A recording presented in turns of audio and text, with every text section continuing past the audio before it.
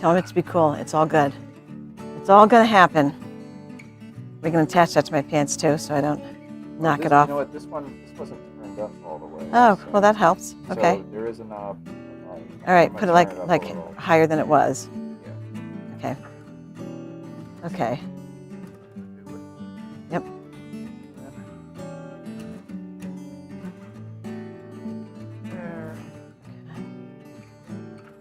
Does that go up the inside or? No. Okay.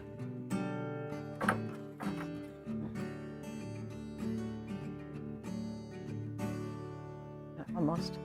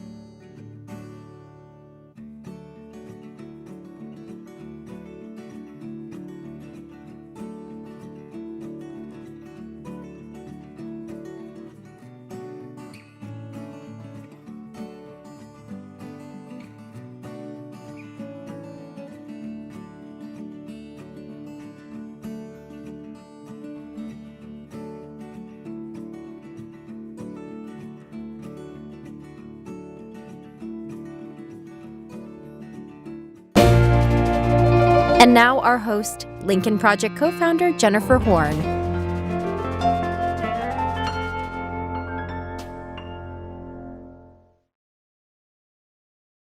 Welcome to Vote for America on LPTV. Can you believe that Election Day is finally behind us? Crazy how fast we got to this point. I imagine a lot of people out there are feeling a little concerned. You're watching the numbers as closely as we are. We'll be going through all of that today. But let me start by saying, stay calm, keep counting, all will be well. All will be well. We're so glad that you're with us today. I just want to remind you, as we do every time, because I know that people have so much concern about this. We're in the studio. We are following all of the usual coronavirus protocols that we always have. I have my mask right here. Everybody around me is wearing a mask. Anytime we get anywhere near each other, we keep our distance, we keep our masks. Everything is under control here, and I hope that all of you are doing the same out there as well. So this show is, like on Monday, going to be all about you. We want you to join us live through the Zoom. If you're able to do that, you have a question you want to ask us live, you can tweet at hashtag AskVoteForAmerica. We're going to spend the entire show making sure that we address your questions. And it's right there on the screen, write down that Zoom meeting ID. We go to Zoom, you put that in, there's no password, there's nothing fancy about it, but you need that Zoom ID that's on the screen. So make sure that you write that down so that you have that. We want to hear your questions, we want to know your concerns, and we want to make sure that we keep you as updated as we are trying to keep ourselves as well. And so to start that, we do want to just jump right into things. I want to share with you what we at the Lincoln Project tweeted out just a little while ago on this morning after the election day. This goes to what we've been telling you from day one. Be patient. All the votes will be counted. Joe Biden is going to be the 46th president of the United States. We still feel and believe that firmly.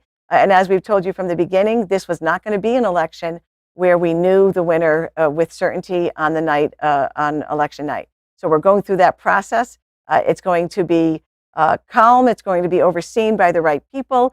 We are going to continue to be a voice for making sure that every vote is counted and everybody can stay calm. We're going to have the outcome that we and our country need. So I'm really happy to welcome our co-host with me today. As we always tell you, she's not only the co-founder of the Marin Project, she is also our resident independent voter, Lisa Senecal. So glad to see you again, Lisa. It's finally behind us. What are you thinking about today? It's great to be here, Jennifer. It's great to have Election Day behind us. I wanted to just take a minute and ask everybody to stop and reflect on what you accomplished. And I know the votes haven't all been counted, but we do know where this ends. And that does end with Joe Biden being the 46th president of the United States.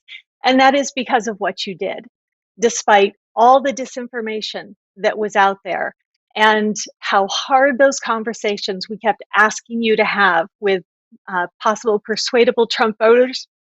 You did it. You went out there, you had the tough conversations, and we're going to see when all the ballots are in that it was a victory. And that's incredibly exciting. Not only because Biden's going to be president, because that's our democracy in action. And you all made that happen. We are seeing that the women's vote is going to be really big when those numbers come back in. The youth vote was really strong, which is always incredibly exciting to see young people getting engaged and coming out. And we have, other than the 46th president, we have a couple of other exciting firsts that are about to happen. We're about to have our first second gentleman. And that's because, holy cow, I'm going to get choked up. Okay, no, I'm not. We're about to have our first, yeah, I am. Wow, Jennifer, you might have to take this over. We're going to have our first female vice president. Historic. It's historic. And it's important, and it makes you choke up, not just because it's the first, but because you and I, Lisa, as moms and, as moms, but as women who have lived in the world where that was considered something that would never happen, right. We know how formative this is going to be for America's daughters, for young women in our Right. country. Now you're making me choke up, Lisa. Come Sorry. on. First Black This is woman, gonna. the first South I Asian woman. It is right, tremendous that right. this is happening. And, we didn't, we're not bidding a farewell to all the folks we hope to when the votes were counted. But I do want to remind you all of some other names that come January 20th are not going to be part of this administration anymore. Uh, Louis DeJoy, John Ratcliffe, Alex Azar, Chad Wolf, Betsy DeVos, Mike Pompeo, and last but certainly not least, Bill Barr. And the impact that bringing in a not just Biden and Harris, but this whole new administration is going to be tremendous. And it's going to make a difference in people's lives. And that's because all of you voted. You got your friends and neighbors and family out to vote. So thank you. This was an incredible effort. There's a lot more work to be done. We need to start bringing the country together. But I just commend everyone. This was it was a national effort, and it was an incredible thing for us to see and for countries around the world to see that this is how America does it. And just to let our producer behind the scene know, Lisa is breaking up in my ear pretty significantly right now. So I'm not sure what we need to do about that. But from what Lisa, I hear what you're saying. And another two names we should add to your list is our Ivanka Trump and Jared Kushner, who we know, Jared Kushner in particular, was so instrumental behind the actions that this president did and did not take when it came to responding to the pandemic. So let's add them to your list as well. So, I'm also, because I've been in politics for so long, I'm extremely superstitious. I'm very cautious. I worry I'm not going to, no spiking the ball, at the 1 yard line. But we are on a good path. We feel confident about where we are right now. But we also saw unfold last night exactly what we at the Lincoln Project have been warning you about, so that you would recognize it and stay calm in the face of it. And that was, of course, when the president came out and made his remarks last night, that he was trying immediately to blow up your confidence in the credibility of the results of this election. And he does that for one reason only, and that is to advance himself, so that his people will continue to believe in everything he says and buy everything that he's trying to sell. Let's just really quickly jump to a clip of those remarks so that we can let people know what it is we're talking about. And all of a sudden, everything just stopped. This is a fraud on the American public. This is an embarrassment to our country. We were getting ready to win this election. Frankly, we did win this election. We did win this election. So our goal now is to ensure the integrity for the good of this nation. This is a very big moment. This is a major fraud in our nation. We want the law to be used in a proper manner. So we'll be going to the U.S. Supreme Court. We want all voting to stop. We don't want them to find any ballots at 4 o'clock in the morning and add them to the list, okay? So those are the remarks of, a despot. Those are despotic, those kinds of remarks. But we just I know that so many of you saw that, so we want to make sure we address it this morning. First of all, every vote will be counted. We will, every state will be certified by that state. The president has clearly decided he wants to make some trouble and literally assault the cornerstone of American democracy. But that is not going to be allowed to stand. I can promise you that. We are also going to try to keep you updated throughout the show. We have a little bit of breaking news for you. It's just been reported that the president is going to sue Michigan, which I find a little bit fascinating, since, and maybe our next guest in a minute can update me on this. I don't think Michigan's even been called yet. We know that Wisconsin was just called a little while ago for Joe Biden. And apparently the president of the United States is suing Michigan, probably in line with, and we'll learn more as the day unfolds, it's probably to question all of those mail-in and absentee ballots that he knows are about to shift the numbers in Michigan from him over to Joe Biden. The president wants you to believe that absentee ballots and mail-in ballots, and even in some cases early votes, are somehow not as constitutionally acceptable, I guess, as same-day voting. He's going to get the same response in the court to that, I'm sure, that all of the other GOP attempts in court have received over the last several weeks and months, and is going to learn that the judges, regardless of whether they are Republicans or Democrats, care a lot more about the Constitution than they care about Donald Trump's hurt feelings at losing an election. So we will keep you updated throughout the show as different things like that unfold out in the real world while we are here at Vote for America. I'm very excited to welcome our next guest. You guys all know him so well. He's been with us so often.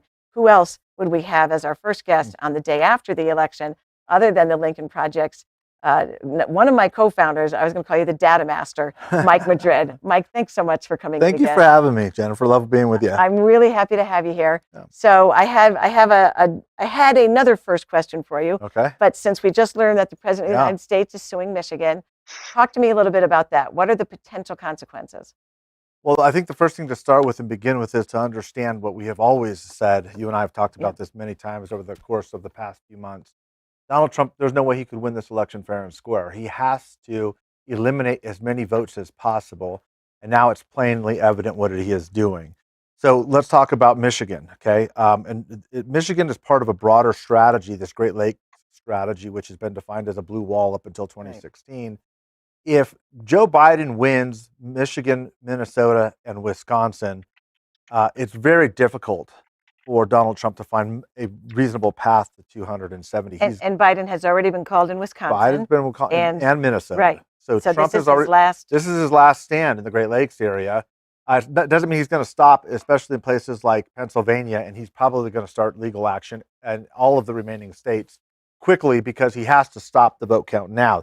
No, in none of the states are these things moving in his direction. Right. We've been talking about that at the Lincoln Project for a long time, right? We always said Donald Trump would be at his strongest position at midnight of November the 3rd, November the 4th, and from there, all of the mail ballots coming in would break against him, and that's precisely what is happening. So we've been talking about this.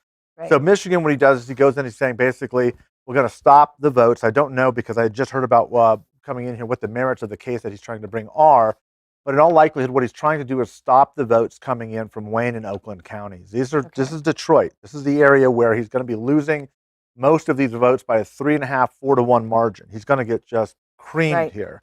And that's what he's trying to stop. He's trying to stop it where he's at his greatest point of strength and then start to cast suspicion on all the other ballots that are put into place after this point. And let's just, before we move on to our first caller, put in context for people like where we are right now.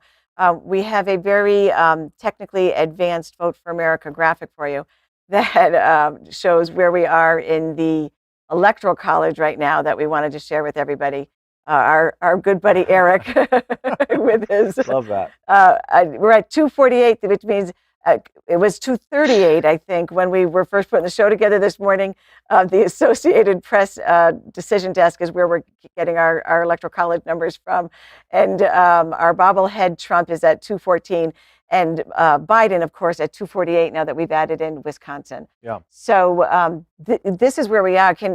Just before, kind of quickly, let's walk through, and we can show this on the screen so people can follow along with you in as quickly as possible. What's left out there, and which of these states should we really be looking at most closely and following along here? So the main one that now, of course, Wisconsin we can take off this list. Yeah, Wisconsin. That just got called. The only state I don't think that in Alaska, I think I didn't even know that was in contention because it doesn't really fit into the map too much. North Carolina, I think, is the most likely to go with Donald Trump. In fact, I think it's the only one that probably can or will at this point. Okay, that's how strongly I feel in the numbers and the trend that is breaking in our direction. Georgia is a state that we had very high expectations for. When the numbers came in, we were always very concerned about the anemic numbers like they were in some of the other states. But then we found out later through the middle of the night that huge ballot numbers had not been counted in the Atlanta region. These votes are going to go for Joe Biden overwhelmingly, okay? At current positioning, Donald Trump is beating Joe Biden by 100,000 votes in Georgia. There are 450,000 votes remaining in the Atlanta area of Georgia. That doesn't seem mathematically like it would be too possible until you recognize that these are the most heavily African American precincts in the state. And having these go 3-1 for Joe Biden is not only likely, it's very likely. And so I think that we will probably get there to Georgia. I think the percentages of getting there are about 65%. It's more likely Joe Biden will win Georgia than not at this point. Michigan, 16 electoral votes. Michigan, again, the areas that he does not want counted are the areas where Flint, Michigan is, and Detroit, overwhelmingly African American communities. The margin there is absolutely within the grasp. Mathematically, much more likely that Joe Biden wins Michigan if all the votes are counted than not, and that is the reason why Donald Trump is trying to stop the vote. I'm going to skip around Nevada Yep. really quickly. Yeah, It's let's just important, jump to but let me Pennsylvania. just jump to Pennsylvania. Pennsylvania is going to take the longest to count, okay? It has 20 electoral votes, and this is really kind of the mother lode of all of these. If Joe Biden wins Pennsylvania, the race is functionally over unless Trump wins absolutely everything else, which he's not going to. We are seeing Right. 2008 and more level turnout in Philadelphia and in Pittsburgh. There you That go. is going to be a battleground of litigation in the next few days. I think that Trump will probably start announcing things again in the next, if not the next few hours, then certainly the next few days, trying to slow or stop that count from coming in Pennsylvania. So again, there are still probably 3 or 4 solid roadmaps to 270 for Joe Biden at this point. The only roadmap for Donald Trump is to win everything. Right. And that's puts him on a really, really rocky road, and it's why you're going to start seeing this litigious It's strategy. why he's in court the next It's day. why he's in before court the next right. day, and you'll probably start to Yep. see multiple lawsuits filed in multiple states, if not today, then starting tomorrow. Terrific. Kind of. Kind of. Well, terrific update. And Lisa, a lot of what Mike said, you and I have been talking about that this was the way it was going to go. It's the way it was going to go, and it was so very predicted by the Biden campaign and everybody else on supporting the Biden campaign, that we hear a lot about the the legions of lawyers that Trump and his folks have set up. The Democrats are perfectly set up to be able to deal with whatever the legal challenges are going to be. They have attorneys of their own, very, very good ones, and I'm not concerned that Trump's going to end up prevailing on. He's going to try to drag it out a little, but he's not going to win. He hasn't been winning any of these so far when they've tried to take stuff to court, and he's not going to win. He's not going to win now. So we're going to get into our callers now, Mike, because there are so many people who are waiting for their stress level to be taken down by talking to you. And folks, when you do come in with questions, make sure you have those questions ready. So you've kind of thought them through, you've heard what Mike's answered so far, and you know exactly what it is you want to be able to ask of him. We're going to go to our first caller right now, who is Cameron. Cameron, where are you from and what's your question? I'm from Thousand Oaks, California, and my question, you kind of answered some of it already. I'm kind of looking at Pennsylvania, a little nervous, but obviously we're still waiting on hearing, about the mail-in ballots. But what do you think, worst case scenario, the path to victory is without Pennsylvania? Is it still there for Biden? A great question. The first thing to acknowledge is that I'm from Moorpark, Brandon, so we were probably neighbors at some points down in Southern California growing up. Look, Pennsylvania, of course, really makes the roadmap much, much smaller, much more difficult, as I was just sharing with Jennifer a second ago, but there are paths around it. The most likely, again, is the 3 states where we invested very heavily in the course of the campaign, precisely for this situation as it's developed. That's Minnesota, which was called early on election night, Wisconsin, which was just called, I think, within the past 30, 40 minutes, past hour. Yep. And then, of course, Michigan, which is Donald Trump is realizing if he doesn't stop that, it becomes virtually impossible for him to get there. But mathematically, let me put this into perspective. If Joe Biden holds Arizona and Nevada and keeps the 3 Great Lakes states, he's there. He's at 270. Now, if he picks up Georgia, which, again, I think is a more likely scenario than not, you can lose in Arizona. And we can talk about Arizona separately because Arizona and Nevada are in a little bit of flux. I'm not terribly worried about them, but I am keeping a close eye, especially on Arizona. I think Nevada is probably fine. So the short way to answer it is we can know by the end of today if we were able to certify Michigan's numbers, and that's probably why Donald Trump came out with his statement today to stop the vote count. that we could get to 270 literally by the end of today, now that Wisconsin has been called. Is that possible or likely? It's about a 50-50 proposition. Bottom line is, Pennsylvania is ideal. I think we're going to get there. The count will be completed on Friday. The hope is to save the country 72 more hours of nonsense and tweeting and frivolous lawsuits. But Joe Biden does not need Pennsylvania if he picks up the Great Lakes states, holds on to Arizona and Nevada, and potentially picks up Georgia. Wonderful. Let's There go we go. ahead and get to a tweet. So the first question is, sorry, bear with me just a second. I'm waiting for the tweet to come up. There we go. How have the polls been so far off both in 2016 and 2020? Back to Before you you, answer Mike. that, Yeah. let me Please. try my Mike Madrid pop quiz. Yeah. The polls really weren't that far off yet, and we won't really be able to accuse the polls of being totally out of whack until the rest of the votes are counted, right? They are, but there are not enough votes to move the vote totals in the way that we're seeing results. Certainly Okay. not the public polls. That's a good Right. point, though. It is very important to make sure you have all the data available before you start making too many assumptions. Good question, though. And you've probably heard the polls were wrong early in 2016, and then you heard a bunch of people like me saying, well, they weren't really all of that wrong. Then 2020 comes, and they were even more wrong or more often than they were in 2016. Look, bottom line is there are some methodological problems that we're going to have to really take a good, close examination of. That's the bottom line. But let me explain how deep this runs. This wasn't just the public polls, okay? Right. Some of our internals were a little bit funky. They were much, much closer to reality than the public polls and even the rolling averages. But here's where it gets really interesting. We know from a number of sources that Republican polling for both the Senatorial Committee and the Republican National Committee and the House committees all had polls that were very closely reflective Right. of the public polls. Mitch McConnell was perfectly prepared, or maybe he wasn't prepared, but he was absolutely expecting to become the minority leader from his own internal polling. The House Republicans also were set to lose up to 10 seats. Of course, they picked up a handful of them. My point is this: there's not a partisan bias that is built into these polls. There's a methodological problem that is afflicting both Republican internals, Democratic internals, public-facing polls, and those that do third-party work, kind of like the Lincoln Project. I don't know what the answer is, but what I will say is there's going to have to be a really good examination to really understand what it is that is driving some of these oftentimes wide gaps. Wisconsin, for example, most of the public polling had Wisconsin as a Biden plus 7 or 8 point range. Obviously, when he's winning it by 10 or 15,000 votes, that was way, way off, not just a little bit off. And Wisconsin had been sitting in that range since about an April timeframe. So it was wrong, Right. not just once or twice, it was wrong for a very long time. Also, and again, just to show you that there isn't a bias towards one candidate or another, and the fact that you hear oftentimes that there's a shy Trump voter out there that might be kind of goosing the numbers. Donald Trump, should have been winning Ohio commandingly throughout the course of the night, and he was not. It was a very close race. Iowa was far closer than it should have been. Joe Biden was much more competitive than that race was suggesting publicly.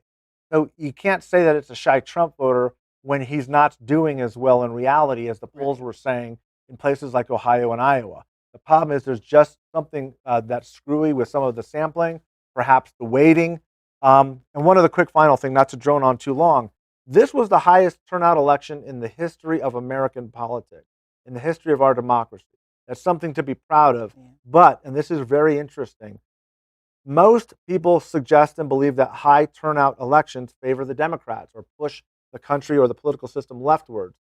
This was actually a move towards the right. While Donald Trump is very likely to lose, Republicans in the Senate held on to most of the seats that they were in and actually picked up seats in the House of Representatives.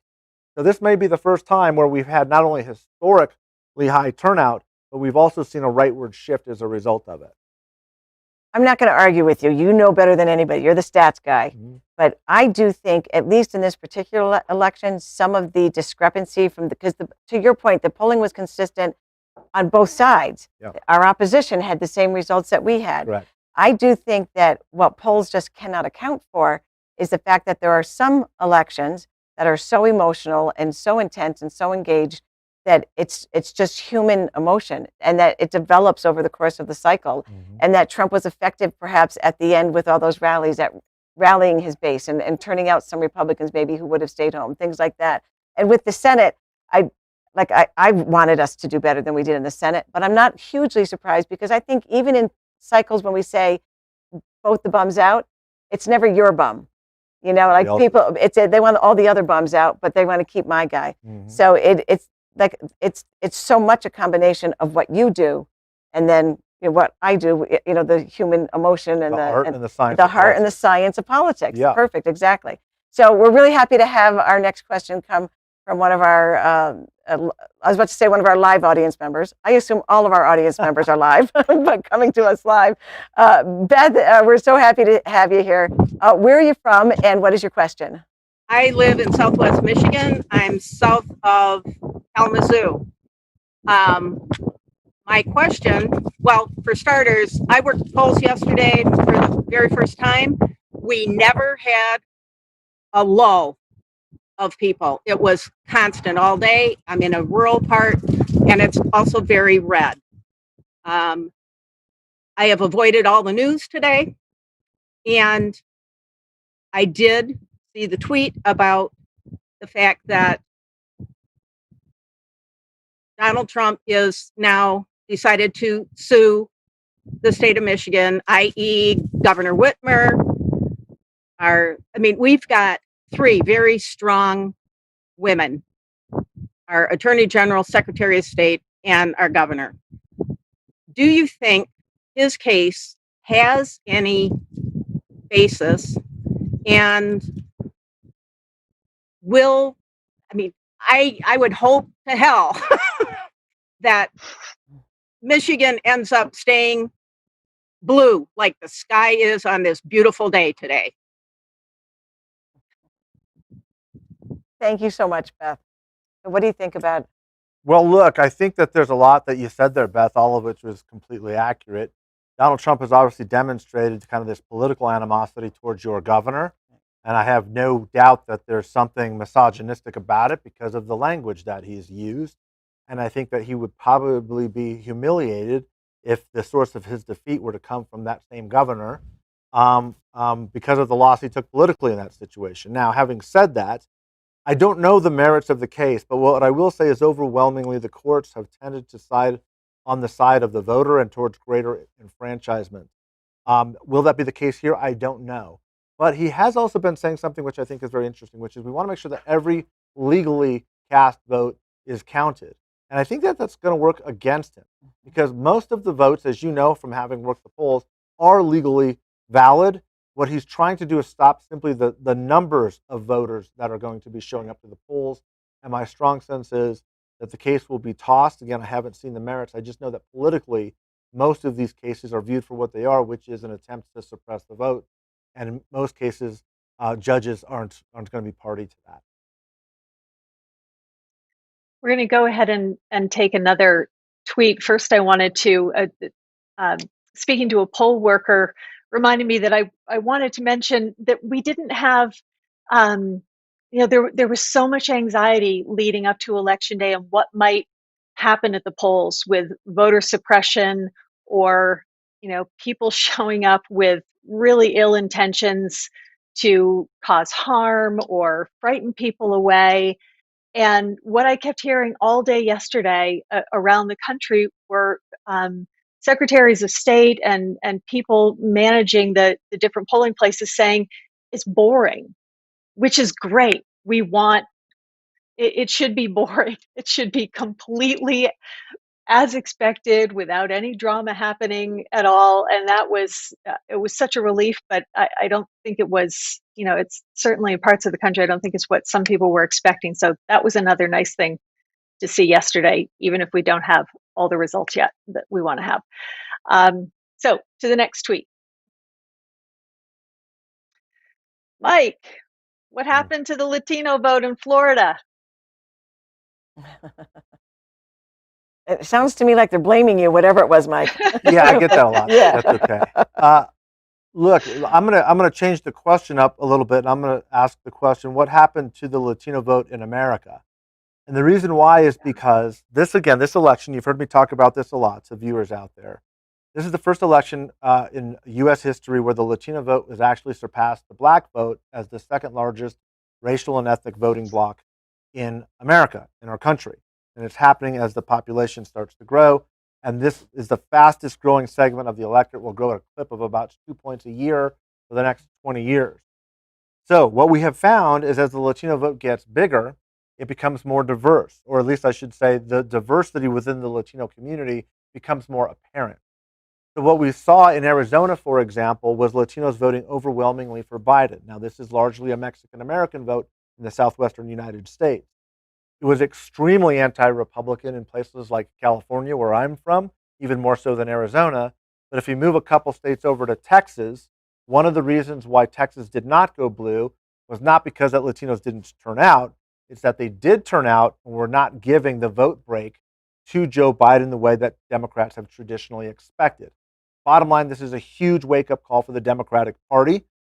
The siren song and the call for my party, left probably 20 years ago when I was a younger man working on these issues. But that takes us again to the direct question, which is what happened in Florida.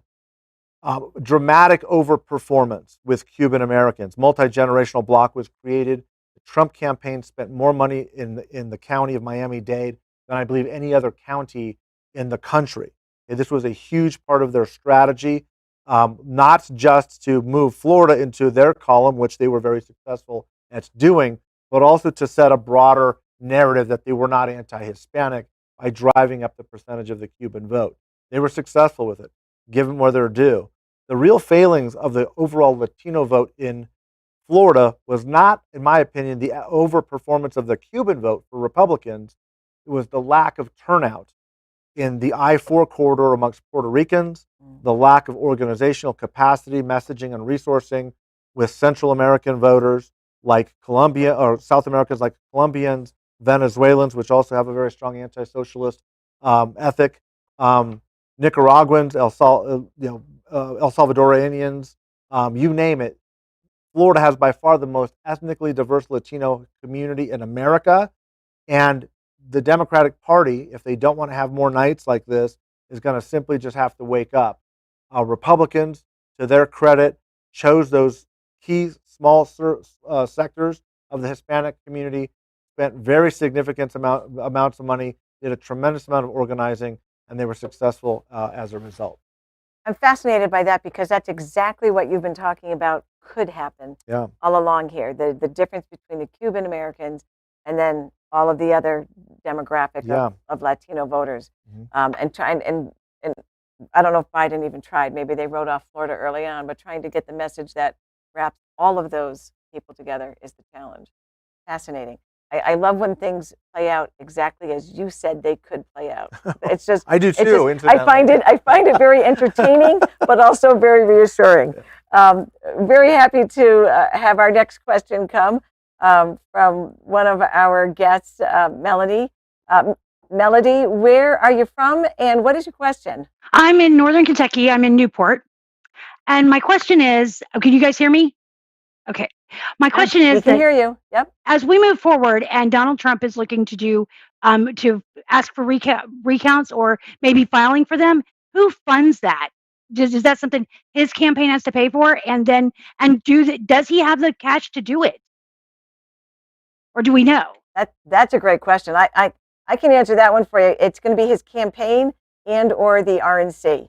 And that it's one of those I got last night, while it was still coming in, I got a fundraising text from the Trump campaign accusing all of us of stealing the campaign from him, and we need you to send us money now. So this will be a successful fundraising message for him. There's no question about that.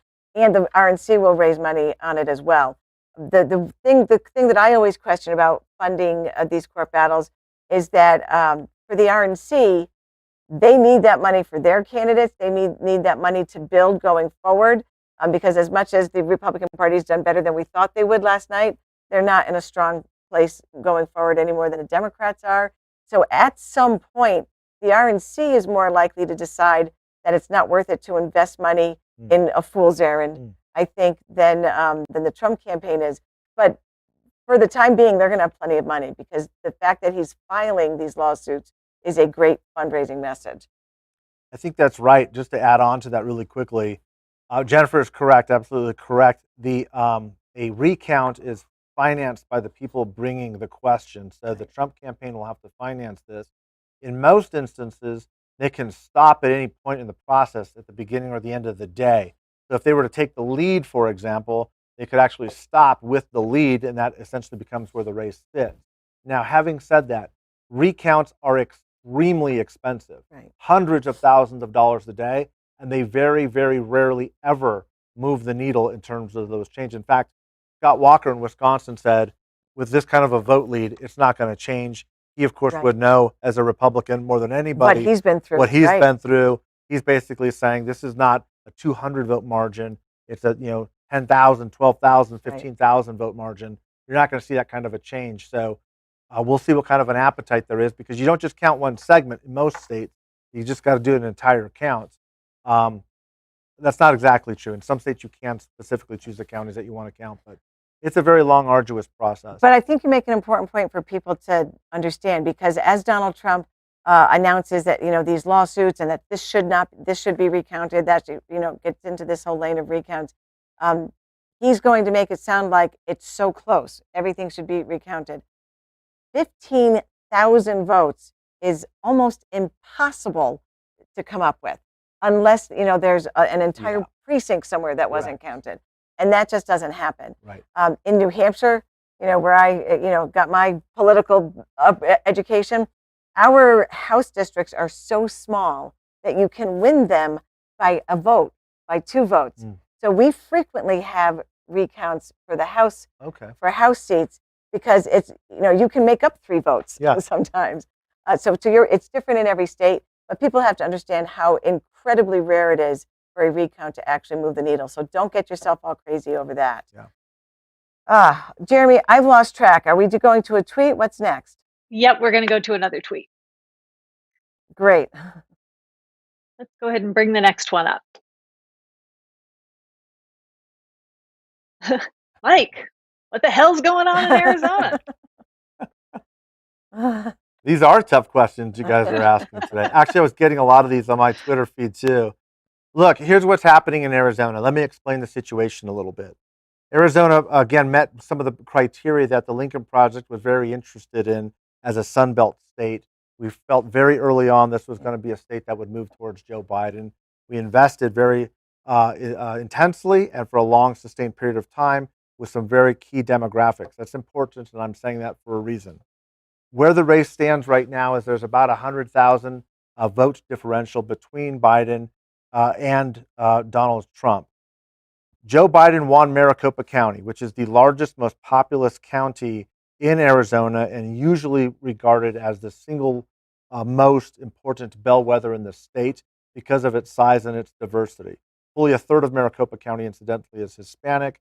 You've got a large, about another third of college-educated white voters, high-tech, new economy workers, and then about a third that are kind of non-college-educated white voters that we see in other states where Trump is much more dominant.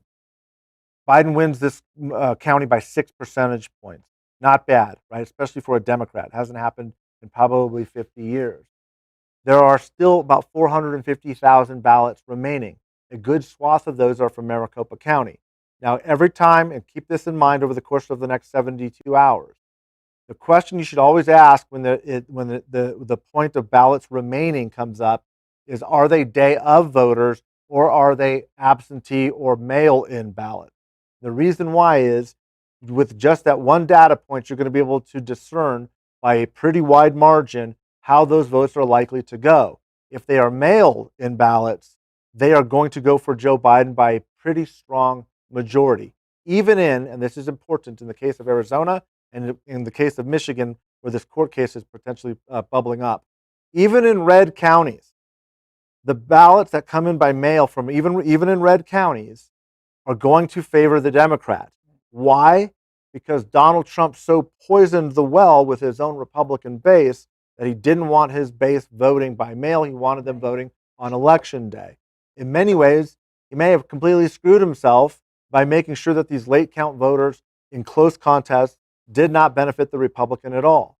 So most of these ballots that are still outstanding are mail-in ballots. It's the same situation that we're seeing in Nevada, and most of the states that are still in contention still have a very wide, big number of mail-in ballots. Those benefit the Democrat, over 50% in almost every circumstance. In some instances, up to 75, even 80%. The question of where they come from matters, and it depends on the margin. But if you ask yourself the simple question, are they mail-in ballots or are they election day votes that have not been counted yet, it's going to tell you a lot about the direction and the trajectory of the race. So in Arizona, well, sorry to get off topic, as I sometimes do, That's Jennifer, okay. as you know. Most of these are mail-in ballots. A lot of them are from Maricopa County. The rest are from the surrounding 5 counties around Arizona. There's only 6 counties in Arizona. Maricopa and Pima are the only 2 really blue counties. There's still a good substantive amount of votes coming from Pima County as well. But where there are not, there needs to be an extraordinarily high margin for Donald Trump to catch up, upwards of 2/3. That's very, very unlikely, even in deep MAGA country, even in really red, rural, conservative areas. You don't see those kind of numbers traditionally produced in communities outside of people of color in urban settings. So I think Arizona is still not safe to put away. I am still looking side-eyed at it to make sure that we're keeping on top of it and there aren't any funny numerical breaks. But I would rather be Joe Biden, as we keep saying, than Donald Trump in this instance. There is a long way to go in Arizona for Donald Trump to make sure that that would move towards his direction. It's a very thin road to get the math to work out for him. I'm much more optimistic about Joe Biden holding on to Arizona. I think the gap will narrow. It's sitting at about a 5-point advantage for Joe Biden. I've always said we would win Arizona by 2%, and I'm going to stick to that. I think Biden wins Arizona by 2. By 2%. Yeah. Mike, I know that you have to get out of here. You have other work you need to do. So let me ask you one last quick question. Looking ahead, so we know where we are right now. I think the AP has called Arizona, haven't they already? Fox called it, pulled it back. AP has called it, and they're sticking with it. And they're sticking with it. So, and Wisconsin got called this morning. Yeah. So just kind of look at what should people in our audience kind of be looking for. One, from a point of view of kind of reassurance that we're on the right path. You know, which, you know, what can happen that can reassure them, and give us some specifics, either states or counties. Where should they be looking in the next 2 or 3 days as the rest of the vote comes in? Great question, and I'll try to be really brief on this. I'm going to set Pennsylvania aside because it's the biggest state. It's the most decisive. It will also not be decided until Friday. A lot's going to happen between now and Friday. Okay. The 2 critical states that you need to keep in mind of right now, because they could be very decisive. Michigan. It's why Trump filed this lawsuit. Right. We'll probably have a speedy resolution of that. The courts will come in. If they decide against Donald Trump, which they probably will or they should, then I believe you're going to see Michigan move into Biden's column, and that race will be called. At that point, it's extremely difficult for Trump to win the race, with one possible exception. Arizona falls back. We get a really weird numerical break, and that moves back towards Trump. Or Nevada's numbers come in a little bit funky too. I don't expect either of those to happen. But again, kind of out of the side of your eye, be keeping an eye on those. The real linchpin, I think, right now is Michigan, and then Georgia should be decided very quickly. Okay. If Georgia goes or Michigan goes, it's essentially over. I still very firmly believe that Joe Biden is going to win Pennsylvania. I think they're going to throw everything, including the kitchen sink, at it. The question is, can Biden lock up? And this is why it's so important. Can Biden get to 270 before Pennsylvania is even done counting? That would save a lot of unrest and a lot of acrimony. Because if it does come down to Pennsylvania, there's going to be a lot of lawyers involved, that a lot of much more politics, litigious. and a hell of a lot of tweets. And none of us want any of that. Hell of a lot of tweets. Yeah. Mike, thank you so much for being with us. We love having you here. Mike Madrid, one of the co-founders here at the Lincoln Project, and the guy who knows it all. As I've said many times, I'm pretty sure there's a computer chip right there in Mike's head where he keeps all that information. We are really looking forward to hearing more of your questions. We've got more live callers, more tweets. And we'll be back in just a few moments after this from the Lincoln Project.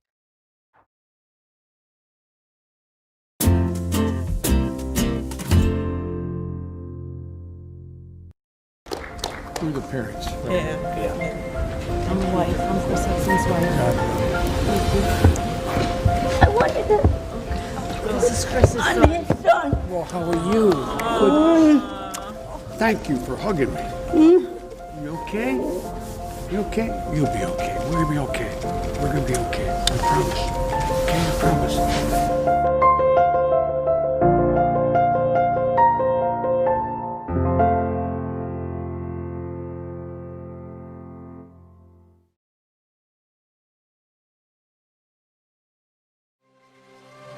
America is hurting.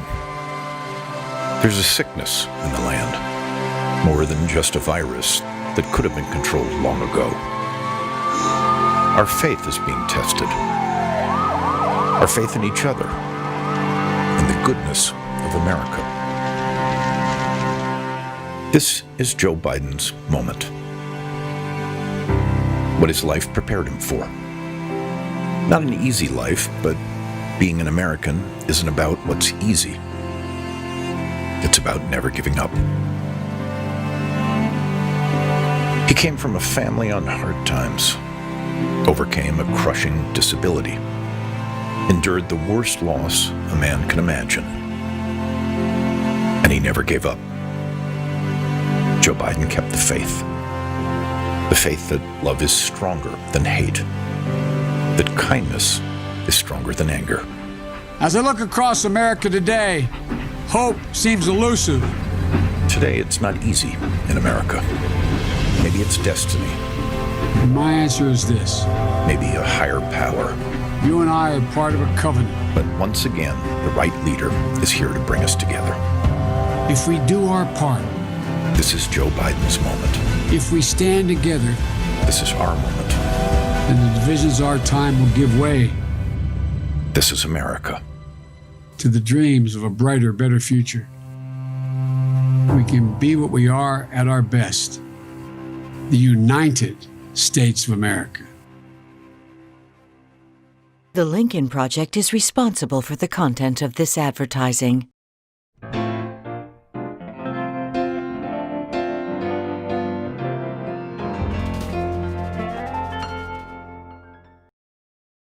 And welcome back to Vote for America on LPTV. We're so glad that you're with us today. And this is a live show. This is your opportunity. You can tweet us at #AskForAmerica. You can join our Zoom.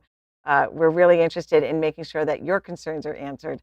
And I'm very happy to welcome our next guest to join us. She's been with us before. She's a senior advisor for the Lincoln Project and a longtime political strategist, Susan Del Percio. Susan, welcome to the show. It's so good to have you here. Me. So we just spent about 30 minutes with Mike Madrid. So we're all up to speed on the numbers on this. As you can imagine, right, on this operation. But let's start before we get to our live questions, Susan. Let's kind of look at the political side of this. We're all watching so carefully every electoral college vote and wondering, looking at Joe Biden, so worried about making sure that those numbers add up. What is Trump's, let me ask you this two ways. What should Trump be doing going forward? And what do you think he will do going forward? Okay, the right thing to do is to let every vote be counted, do not undermine the process, and see how things unfold. There is a possibility that election can be so close that there is a court challenge, but you're not supposed to undermine it or say that the Supreme Court's got your back. Now, that's what you're supposed to do, which is not do exactly the things I just said. He will continue to go out there, undermine the process. There was an issue that came up just earlier about who pays for the lawsuits. Trump's rhetoric will help pay for, he'll be out there spinning the worst and most inaccurate information that is out there and to raise money and to create doubt. And that's really what was so heartbreaking from, the last couple of months is watching the president of the United States cast doubt in our democratic process, our free, elections. It's just so disturbing. It is. It's disturbing. And for those of us who really care about things like, constitutional leadership it's a little bit heartbreaking. But I think as we look over the next, at the next 5 to 10 days, it's also dangerous. There's a real concern about what the consequences could be, because to your point, Trump's rhetoric can be very influential over his supporters, good or bad. So, Lisa, are we Yeah. ready to? Does Susan have some questions from our audience? Yeah, I wanted to add one comment to what Susan was saying, that the piece about the fundraising I find so incredibly disturbing, because the people in the Trump campaign, they know these challenges are ultimately not going to work. And they started fundraising on this last night before, we were waiting for a lot of numbers to still be coming in. And he's lying to his support, and he's picking their pockets again. And he's done this over and over again in the last 4 years for any issue that he could find that he could raise a buck off of. But what he is sending out, and I get these from Donald Trump Jr. and from Trump, and an occasional one from Melania, and they're filled with lies. And people trust this man, and they continue to trust him, and he lies to them and gets their money because they do have faith that he is telling them the truth. And it's just really disgusting that we have someone who claims to be a fake billionaire, who is picking the pockets of his supporters. So we have our next. Do we have a call or a tweet? There we go. Your advice for women having panic attacks and sleepless nights, a hot topic. Thanks and cheers. The sleepless nights and a hot topic makes me think, menopausal, but that's probably not the issues that they're talking about here. Yeah. So I can give them advice. If that's the question, I can give them lots of advice. Right. I went right to the cheer part of that, because I think that may be needed. Yeah. Whatever you may provide may be a little helpful. But I think that I understand the frustration. I understand how concerned everyone is. That being said, Wisconsin was just called for Biden. Yeah, we talked about many times before how many paths there are for Biden. There are still more Jeremy, I'm paths having for a problem in my ear. than there are for Donald Trump. So that's the reassuring part. I understand how people are upset about the Senate. That's a heartbreak. It's really frustrating. It says a lot about our process. But keep watching. Have faith in the system. That's the best thing I can say, because we talk a lot about the courts and our what the challenges that Donald Trump has made to our DOJ and to our democracy, but the courts have held up remarkably. Even in the last couple of days, we've seen things held up. So have a little faith. I really do believe that we will see a President Biden. It just may take a little longer, and if necessary, maybe a glass of wine or two.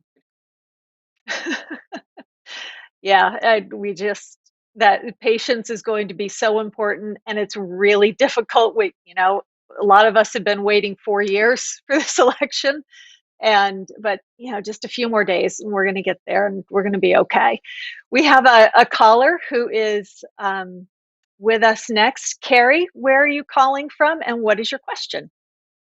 Hi, everyone. Thanks. So I'm from South Dakota, east side of South Dakota, and my question is kind of two parts. I'm kind of watching this whole USPS fiasco, and my first question is, what are the ramifications for the Postmaster General and his inability to comply with Sullivan's orders, Judge Sullivan?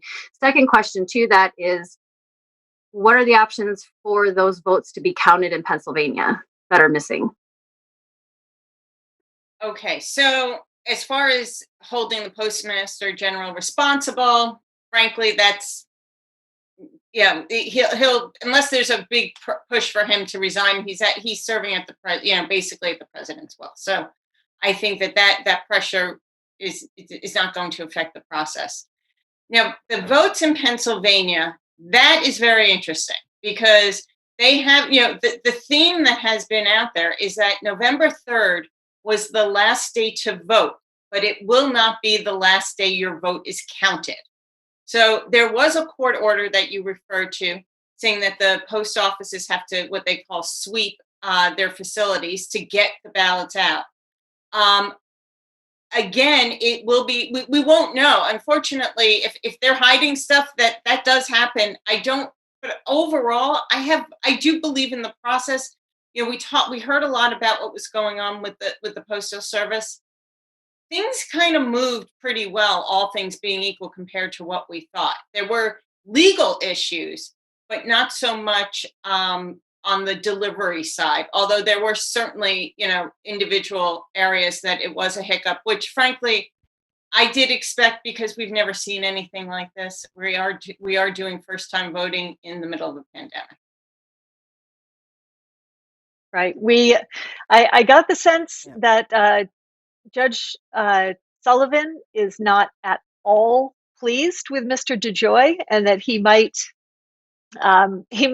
be facing some repercussions, but I don't know, being in contempt of this judge's orders, what the judge's options are, what he will end up doing. But boy, it sure seems like DeJoy deserves something after the intentional actions that he's clearly been taking part in. We have a tweet coming up next, I believe.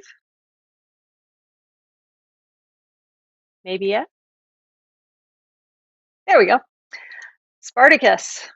The question everyone's asking: how can it be that Trump is in the game, notwithstanding his catastrophic unfitness with COVID and even the jobs being lost, as a politician and a human being, and notwithstanding the fact that on the other side, do we have the second half of this? Maybe we don't. So I think the question is, how did he end up doing so well in spite of everything that he has done wrong and the explosion in the pandemic right before? I don't get it. Personally, I don't get it. But as an operative, when you start looking at things, there are a few things to consider. Like, for example, what happened in Florida. Donald Trump got 200,000 more votes than he did in Florida than 2016. Just like he got 200,000 more votes in Pennsylvania than Mitt Romney did in 2012. Here's the hard fact, and you got to give it to the Trump people. Not that I want to, not that I like them, not that I want him to lose. That's why I'm part of the Lincoln Project. But they have, since day one, started to work with the state parties every single day. Now, first it was to prevent a primary. That was their original goal, was to go after the apparatus of the state Republican parties. The second thing was to mine voters, is to find those new voters who had not participated earlier. So the campaign did it. They also did another thing, which is they really micro-targeted their messaging to small slivers, regionally, even in some cases by towns, large towns. So that was there, and we are a divided country. I don't know how people could support Donald Trump. The only thing I can think of is that it really was the economy to a large degree that they were concerned about. But this man has been a disaster in handling the biggest public health crisis we've seen in 100 years, and hopefully he will not win, and I don't expect him to, but it is still somewhat mind-boggling to see everything as close as it is. Although we have to be fair also, as much as we all wanted this overwhelming win so that we could, kind of see it as a mandate, as a message through the ages, Mike Madrid kept warning us that it could be close. It could be close. We just got to wait for every vote to be cast. So happy to have our next caller with us. Perry, thanks for being part of the show today. Where are you from, and what is your question? I'm actually calling from Los Angeles. Thank you for having me. I'm looking at the Senate races, and I'm looking at Georgia in particular. And I know one of the races is going to a runoff.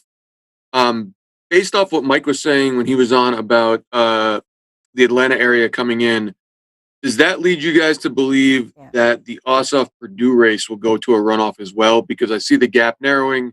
I know Ossoff's only about 7/10, or Purdue, excuse me, is only about 7/10 over 50%.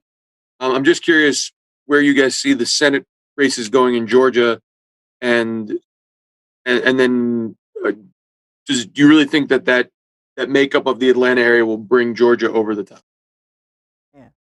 It could. Susan, do you want to take that one? Yeah, it could, but again, when we're looking at the vote, the way the votes are being counted and tallied, it is a lot for Ossoff to make up right now. It's not impossible, but there was so much effort put into Georgia and the suburbs of Atlanta that it can happen. But as far as control of the Senate, I think everyone will be looking towards in January towards a runoff, because that could be very substantial, and if Biden wins, in him having some control. So, or for the Democrats winning control. But this is a tough road, and I have to tell you, I've spent decades now being in board of elections and looking and opening up the paper and looking at the ballots. It is a tedious process. It is one that you would be surprised how ballots are discarded. And also you look in places that President Trump was in states saying vote twice. So some of his votes could easily be discounted because he was saying vote twice.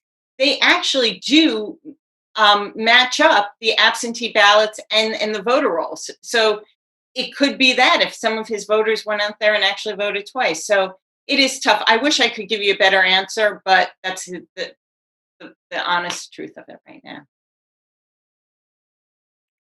Yeah, that Georgia, the Ossoff Purdue one is tough. That to get him down below that 50% to force that runoff is going to be really tough. And then the runoff, there's not that third party candidate in the race in the runoff if one happens. So that becomes a really tough runoff race, even if it does end up being forced. We have our next caller, Catalina. Welcome to the show. Where are you calling from, and what's your question? Hi, Jennifer. I'm calling from Columbus, Ohio. And my question is, I've been looking at all the states, and Nevada, there has not been updates since 5 o'clock in the morning. So I was wondering what's going on with Nevada. Susan, are you going to grab that one? You could do. I could. I mean, I'm happy to. It's all yours. Basically, what happened is, first of all, it was shocking that it came in so late. It normally, the state does come in earlier. They are basically decided they have their absentee ballots in, they have their paper, they're going through it, and they want to release it. A lot of the states don't want to just trickle it out. Nevada is one of them. There's also something else that's interesting with Nevada. This was also a first-time universal ballot state, meaning everyone received an absentee ballot. So again, as I kind of mentioned about Georgia, they have to reconcile the absentee ballots versus in ballots. So it just could be a more difficult process because it's all new for them in the sense of the amount of paper that has come in. But they are trying to keep things that they can process and give more of a final result versus some of the states when they have things trickling in. And just to remind everybody, we just had Mike Madrid with us a little bit earlier in the show, and he remains fairly confident about what's going to happen in Nevada in the long run, where that vote is going to lead us. Yeah, so that's reassuring to know too. So Susan, you mentioned this, Mike mentioned it, we've been talking about this. It all ended up being much closer, really, than those of us at the Lincoln Project wanted it to be. Mm-hmm. And it's something that I've really been thinking about the most since last night is what does that say that someone like Donald Trump, that so many of us, and I think we're going to see even in the popular vote, that a significant majority of Americans look at him and see not just his unfitness, but his inhumanity, his indignity, his dangerous levels of narcissism, his complete, disdain for the loss of human life at his hands in this pandemic. What does it say about our country that this race is so close. And then looking ahead, what is the path? What is the path toward fixing that or toward healing that somehow? If we end up with 49% of the American voters choosing Donald Trump, I kind of feel like that's a reflection on us a lot more than it's a reflection on him at this point. Well, right now, the major takeaway I have is that Americans do not care about the character of the individual as much as they care about being red or blue, taking a side. That is what it comes down to. It's been the parties that they go to and the party's messaging versus the individual. I think anyone taking a hard look at Donald Trump and Joe Biden and just making a decision on their character and who would be best able to lead us, it's not a hard decision. It would be Joe Biden overwhelmingly, but people are willing to forego that. And we did see some of that in our polling. We saw that, all along. It's the thing that irked us so much. Well, who cares about his tax policy if his character is going to lead us into a horrible state of affairs as a nation? I don't care I can fix bad tax policy as far as I'm concerned, even if it's with Joe Biden. I can go fight that. But that was not what was on the ballot this year. That's what we've seen. And I also think I think we took some things not necessarily for granted, but maybe really wished it a lot, just like the Democrats did. Right. And we were focused on the individual, and that's not where we are right now as a nation. I look at especially some of the congressional seats, like that's another perfect example. It was estimated that the Republicans were going to lose 10 to 15 seats, like easy. Republicans picked up 10 seats last night, if not more. Ironically, with a lot of women on the ballot. So on the Republican side. So that shows with a couple of QAnon women on the ballot. That is a whole other story. I mean, that is just shocking how anyone. But when we're talking about the difference between character and crazy, right? What path are we going down? It does show that people voted on the party lines. I've seen it in legislative races around the country, and that's what I'm looking at. They voted on party. They voted party, not principle, and not character, and that's what I think led us here. Right. And that's, I think, I'm less worried about who's going to win because I feel fairly confident at this point about Biden. I'm much more worried about, looking forward and the state of the people in our country and the state of our relationships. There is one good. Susan, let's wrap it up with this. Okay. I just want to say one positive. Go ahead. When Biden is made president, sworn in as president, he will be able to show the country what good leadership looks like, what more importantly, good governance looks like. So that will also force Republicans along. They will be able to do things and get things done that will help us. So maybe that will change people's perspective. And that goes to the last question that I was going to ask you, just briefly, once this is declared for Joe Biden, I'm going to speak in the affirmative, that once this is declared for Joe Biden, what is the very first thing that Joe Biden should say or do? I think he should declare a national response to the COVID-19 crisis and make it a patriotic cause to everyone doing their thing. It doesn't matter if you're Republican or Democrat or independent, everyone's getting sick. This is hitting everyone hard. If he makes it a patriotic call to arms, they'll probably pass some kind of package maybe before then or not, a relief package. But if Biden does that, I think that there's a chance of getting some people united behind at least fighting a pandemic, which should be really obvious, but I think that's what he should do first. Thank you so much for that. Makes sense to me. My biggest fear is that if the Democrats win, that they will not step into this moment that they're being given, this opportunity to truly lead in a unifying and patriotic manner. So we got to cross my fingers and hope that Joe Biden leads the way on that. Susan, it's always great to have you here. Thank you. Susan Del Percio, she's a senior advisor with us here at the Lincoln Project, and we look forward to talking to you again in the future, Susan. Thank you. Thanks so much. Thanks, Susan. Well, those were two great guests. That was a ton of ton of information that we were able to get out to all of our viewers. And thank you so much, everyone, for all of the questions that came in from Twitter and your voicemail messages, and for coming on live and in person with us. That's really fun for us to be able to do.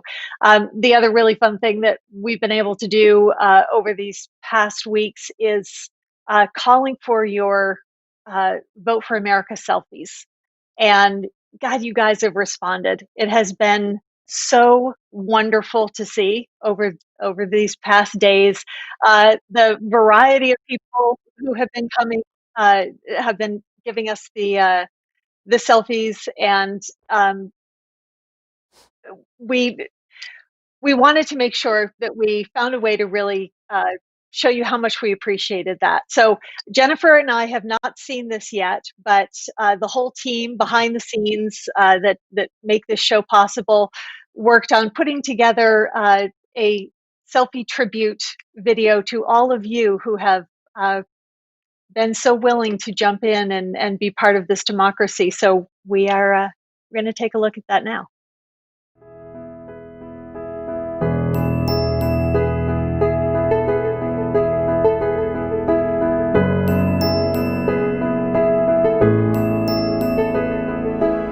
Okay, this is me voting in the 2020 election. I have my absentee ballot.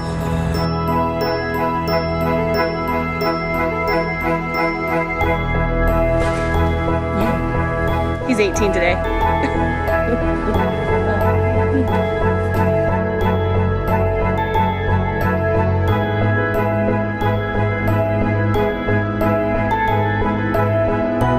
Just voted. Team Biden and Harris. Yay, we voted! Woo, go Biden!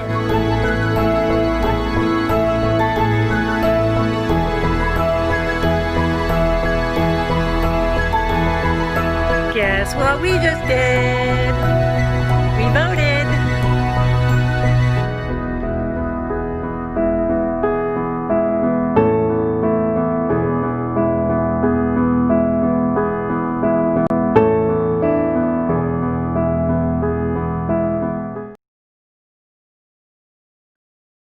I love it. It was beautiful. Thank you, everybody behind the scenes. That was just beautifully done. And thank you, everybody, again, for sending all those pictures and videos in. They have touched our hearts many, many times over. We've had a lot of fun seeing those come in and sending them to each other. Oh my God, you have to see this one. This one's so great. So it's as stressful as this has all been, they've been little bits of levity and reassurance for us as we've been moving through the final days.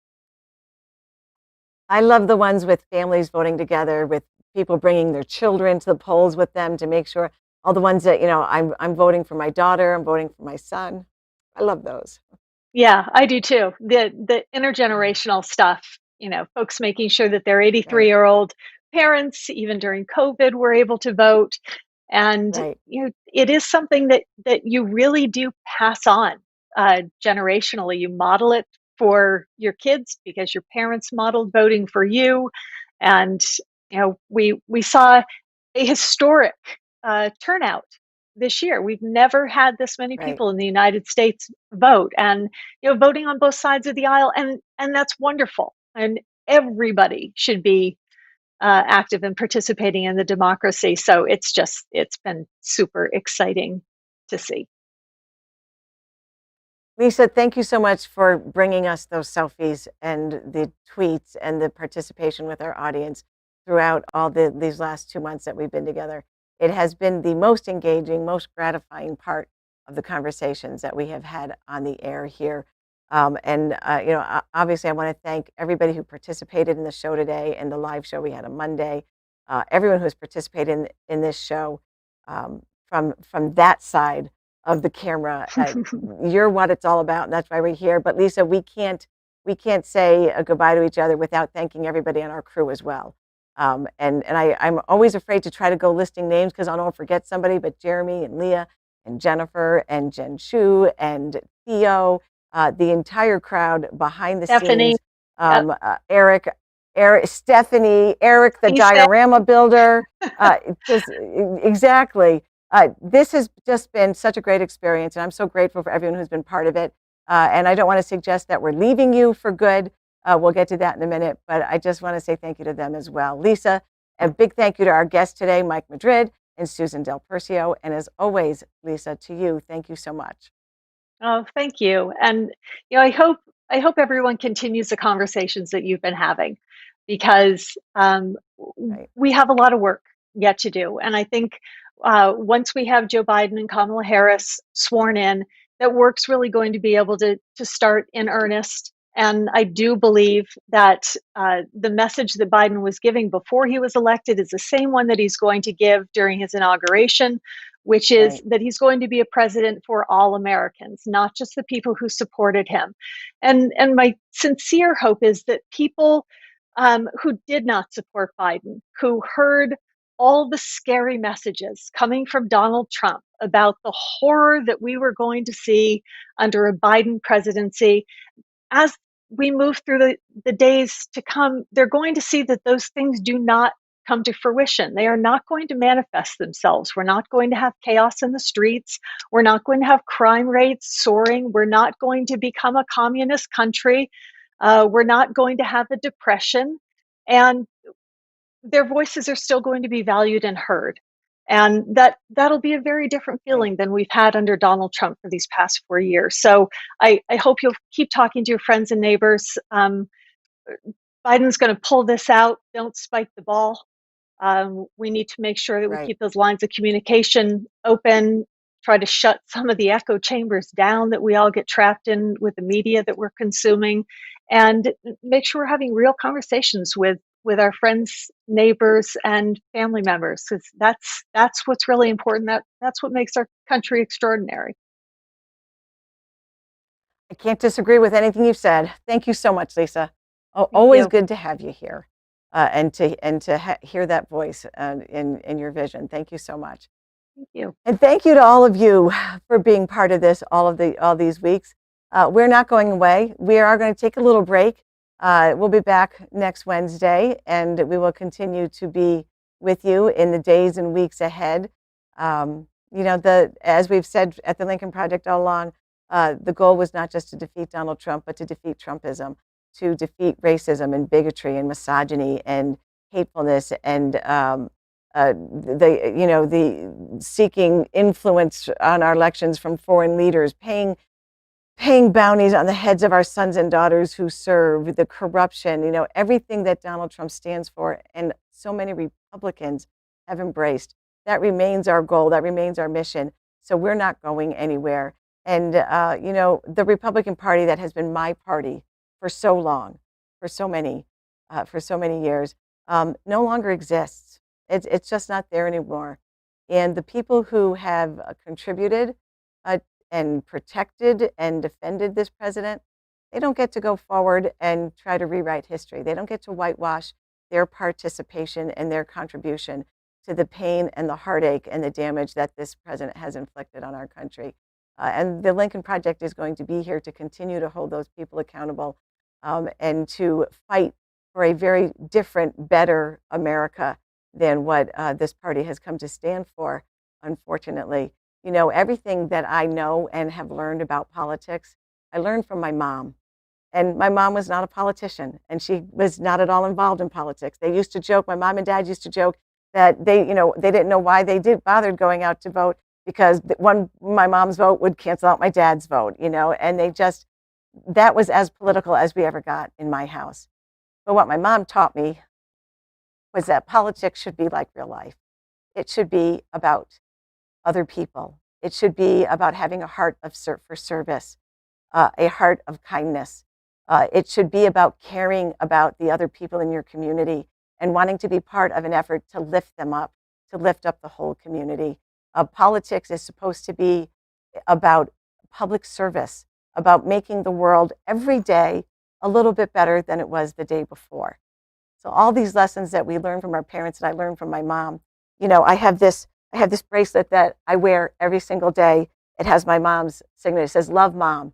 We had carved on there from one of the greeting cards that she had sent me. And honestly, I wear it as a reminder of all those lessons that I've learned from her and that I think most of us have learned from our moms.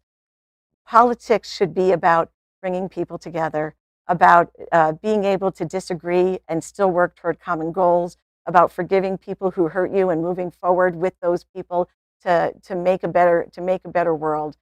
That's what we should all be fighting for in this moment, and that's what the Lincoln Project is going to remain committed to. I am so grateful for the turnout in this election, because with all of the concerns I continue to have about the Republican Party or about the ability of this president to get such a large to get such a large turnout, such a close race here, the fact that the American people stood up and embraced their right, embraced their voice, and made themselves heard is the most encouraging thing that I see out of all of this. So I would tell you what my mother told me, to take the high road, to look for the best in people, and I would add to that, stay calm. This is all going to work out, and we'll all be back here next Wednesday to catch up on what's happened and to look to the future, which is going to be a better, more loving, more positive, more productive America as we move forward. A better America for our children, which I think is what all of us really seek when we get involved in politics to begin with. So thank you so much for being with us. Next Wednesday, we're going to be back here at Vote for America on LPTV. This is America, and it's hurting. Right now, we're getting knocked down by the very people who should be lifting us up. Our families and our neighbors are sick, and we're being lied to. They want to scare us into believing it has to be this way. It doesn't. In the past, when change was needed, we've stepped up. Now, it's time to step up again. This moment is not about Democrat or Republican. It's about being on the right side of history. We must set aside our differences, stand together, united, and ask, what can I do to help? It's time to put people ahead of politics, to put country over party. It's time to vote for America.